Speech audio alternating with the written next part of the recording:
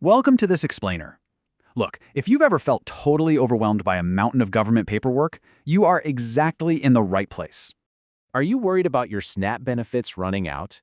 Well, don't stress. I'll show you how to easily renew them online in New York, step by step, right from the comfort of your own home. We're going to take all the guesswork out of this whole shebang so you can secure your benefits seamlessly.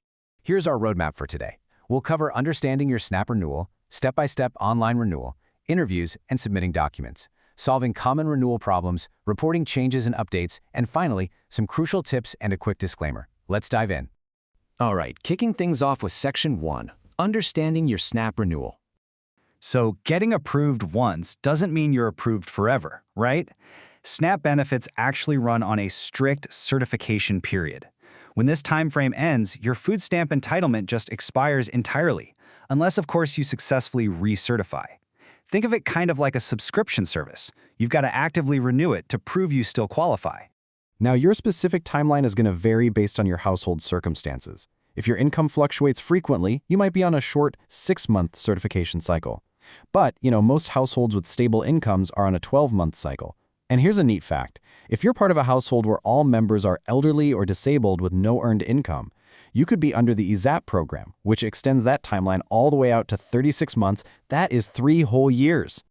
Moving right along to Section 2, Step-by-Step Online Renewal. So when we get into the actual online renewal, it all depends heavily on a really vital geographical split. It's basically a tale of two systems. New York City residents live in one digital ecosystem, using the Access HRA system for absolutely everything, both their applications and document uploads. Meanwhile, upstate residents use a two-part system, the My Benefits portal on a computer browser for the application itself, and the NY Doc Submit mobile app to just snap pictures of your documents. You've got to use the right system for your zip code to avoid any filing errors, so definitely know your region.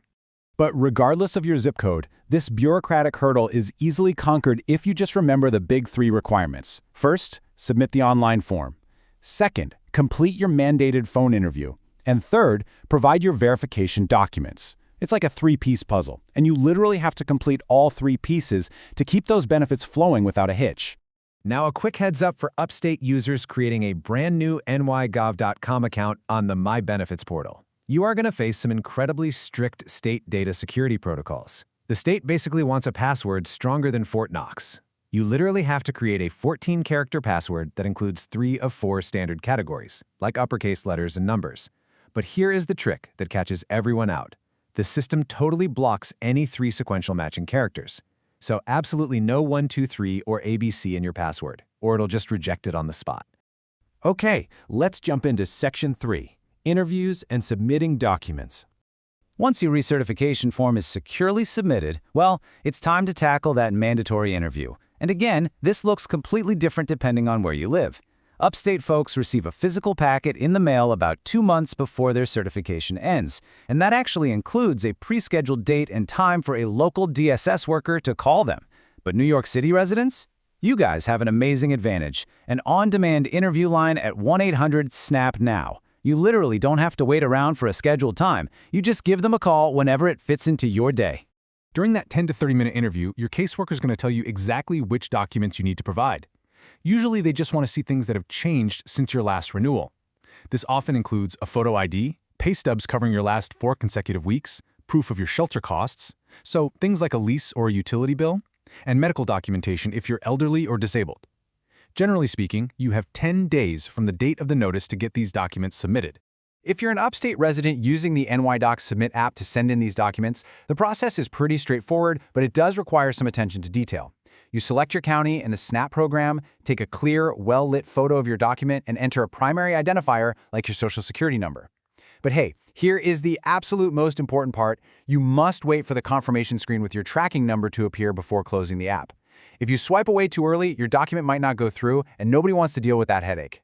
When we compare all your options here, utilizing the online platforms or mobile apps just saves you incredible amounts of time. Not only is it the fastest method, hands down, but it also guarantees an immediate digital receipt. I mean, this completely solves the age-old nightmare of government offices claiming they never received your paperwork. With the app, boom, you have the proof right in the palm of your hand. All right, up next is Section 4, Solving Common Renewal Problems. Because let's be real, even with a super streamlined digital system, roadblocks are going to happen.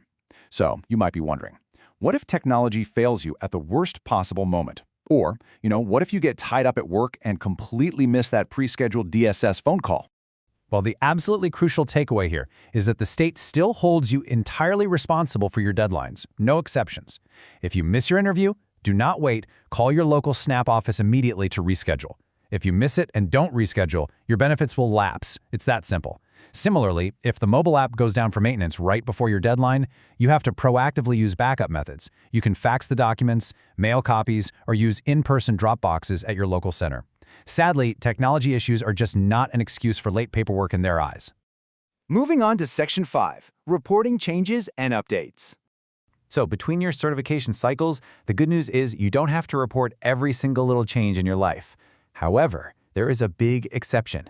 You absolutely must report if your gross monthly income ever exceeds 130% of the federal poverty level for your specific family size.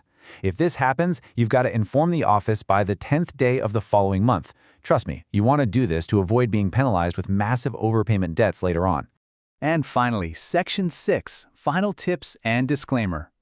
Before we wrap this explainer up, I want you to burn this date into your brain, the 15th. To guarantee uninterrupted food stamp benefits, you literally must submit your recertification application to the local department by the 15th day of the final month of your certification period. If you submit it by this date and you're still eligible, the state is legally required to ensure you get your full month's benefit right on time.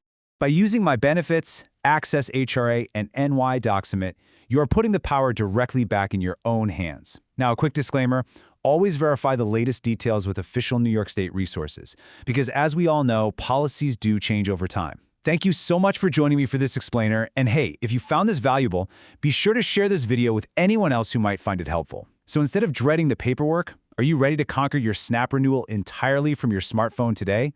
I bet you are.